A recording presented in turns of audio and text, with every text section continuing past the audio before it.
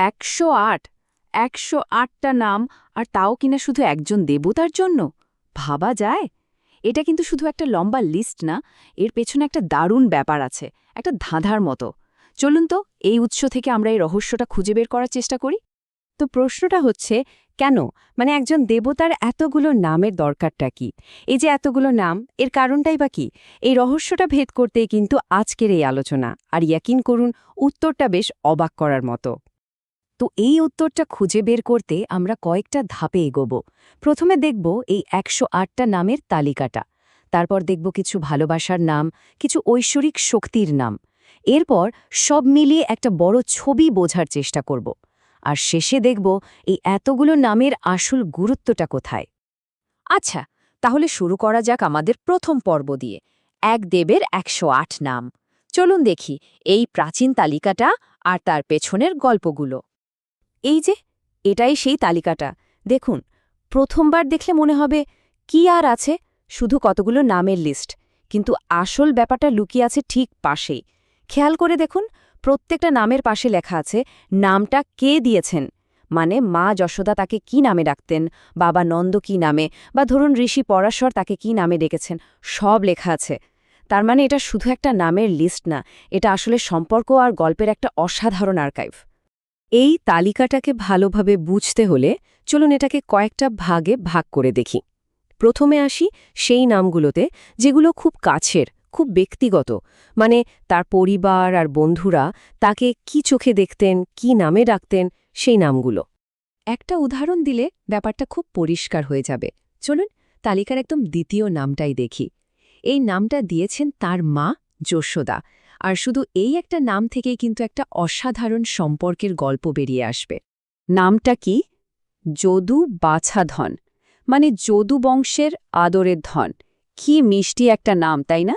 এই নামটা শুনলেই বোঝা যায় একজন মা তার সন্তানকে কি চোখে দেখছেন। এখানে কিন্তু তিনি কোনো ভগবান বা মহাজাগতিক শক্তি নন, তিনি শুধুই তার মায়ের নয়নের মণি, তার আদরের বাছাধন।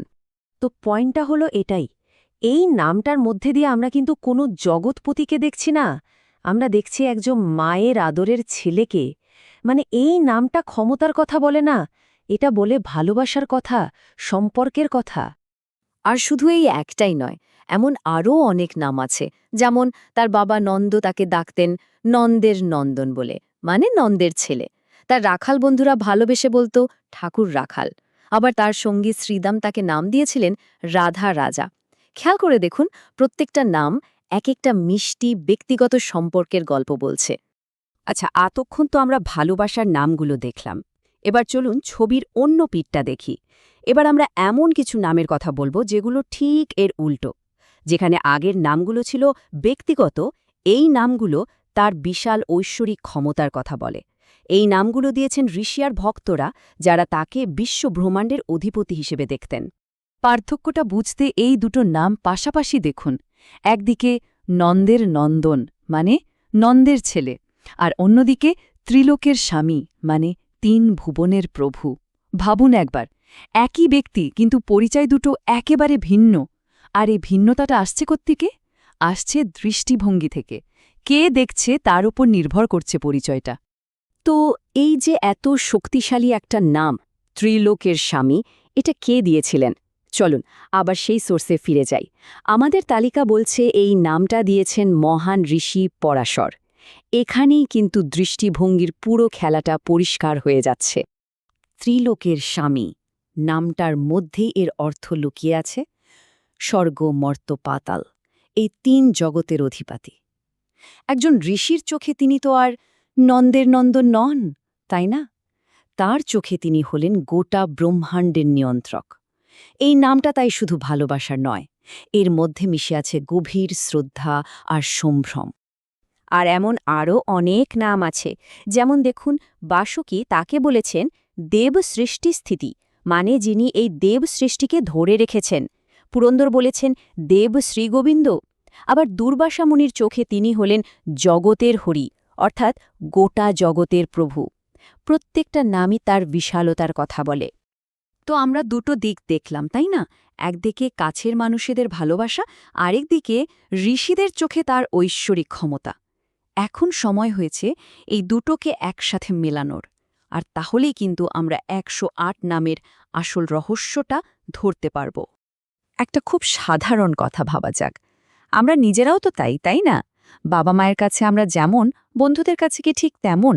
বা অফিসে আমাদের যে পরিচয় সেটাও তো আরেক রকম।